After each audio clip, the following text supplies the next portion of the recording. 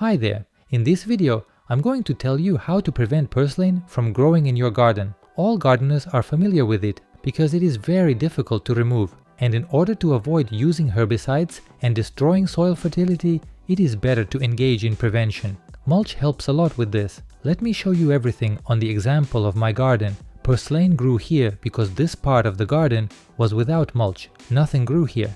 And under the garlic, I mulched the entire soil in the spring. I use chopped branches from fruit trees for mulching. This is the best mulch. It restores the soil and retains moisture.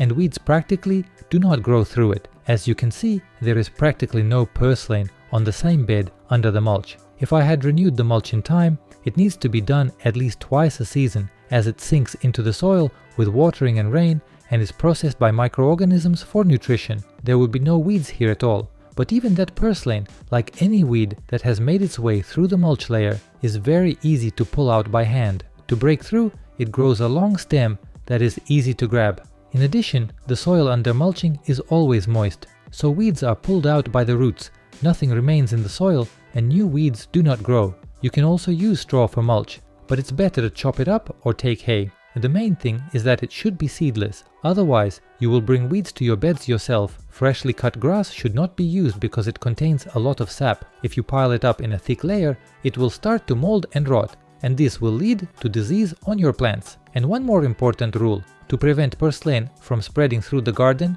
do not allow it to bloom. This also applies to other weeds. If the weeds bloom, the seeds ripen, and the wind carries them all over the garden. The next year it will germinate quickly. That's why we don't allow weeds to bloom. We always pull them out or mow them down. To reduce the number of weeds even further, you can do what I did. First, I built beds for myself. This amount of soil is easier to cultivate, and the harvest from them, with the right agricultural techniques and fertilization, is enough for the whole family.